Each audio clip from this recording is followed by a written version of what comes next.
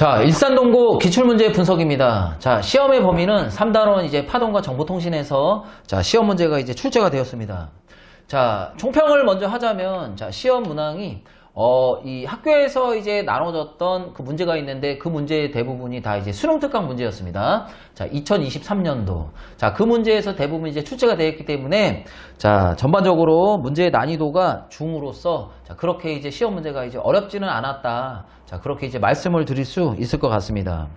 자, 그래서 이제 평소에 이제 많이 풀어봤던 문제이면서 자, 우리가 이제 실수를 하지 않았다라면 자, 좋은 점수를 이제 얻을 수 있지 않았나? 자, 그렇게 이제 생각이 되어집니다. 자, 1등급 컷을 예상하기로는 자, 95점으로 이제 예상하고 있습니다.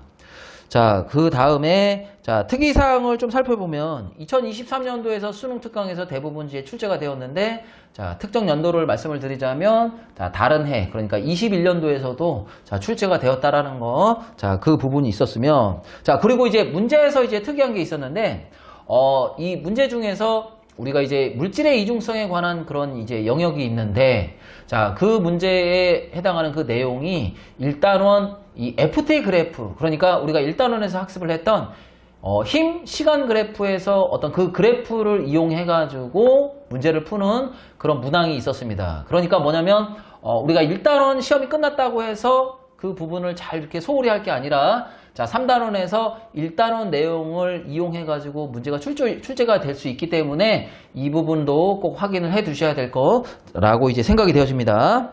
자, 그리고 이 문제는 이제 뭐냐면 객관식 24문항 그러니까 24문제로만 이제 시험이 출제가 되었기 때문에 자, 우리가 이제 한 문제를 틀렸을 때 이제 배점이 크다 보니까 점수가 이렇게 이제 한 문제를 틀렸을 때 많이 낮아지는 경향이 있기 때문에 자, 실수하지 않도록 그렇게 이제 충분한 연습이 되어야 될 거라고 그렇게 이제 생각이 되어집니다.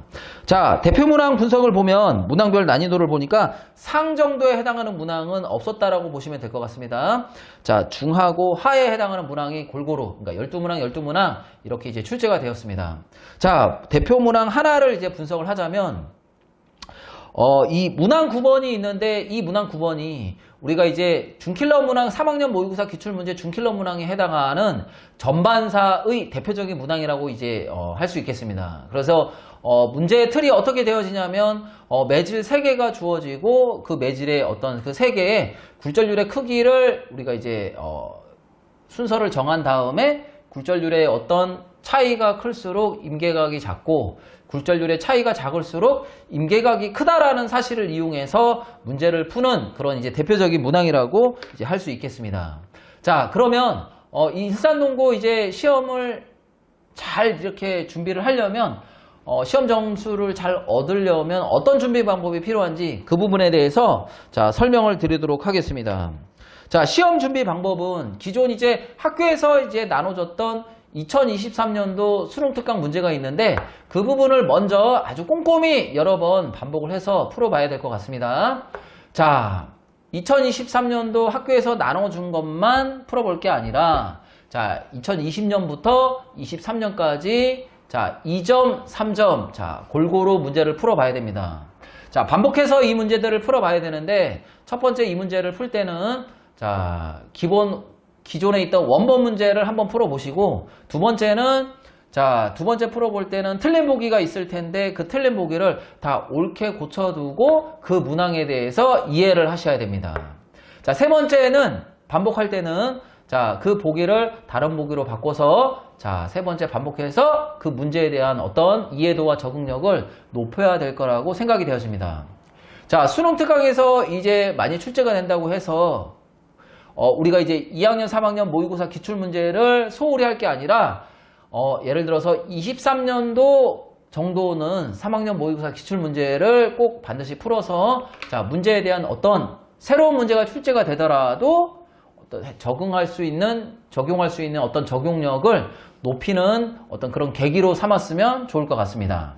자, 마지막으로 이렇게 이제 여러 번 반복해서 학습을 하더라도 본 시험에 들어가서 실수를 하면은 우리가 잠깐 이제 착각해서 실수를 하면 그 문제가 이제 틀리는 거기 때문에 실수를 줄이는 어떤 연습을 최대한 해줘야 될 것 같습니다. 자, 즉 뭐냐면 시험을 보기 전에 학교별 모의고사 기출문제를 가지고 시간을 정해서 푸는 연습을 하셔야 되는데 자, 40분 정도에 한 번 정도 이제 풀고 나머지 시간 동안 자, 검토를 해가지고 틀린 문항을 찾아내는 그런 연습을 하셔야 본 시험 가서도 그런 어떤 행동이 반복이 되어서 틀린 문항을 찾아가지고 실수를 줄일 수 있을 거라고 그렇게 이제 생각이 되어집니다. 자, 일산동고 기출문제 분석을 마치도록 하겠습니다.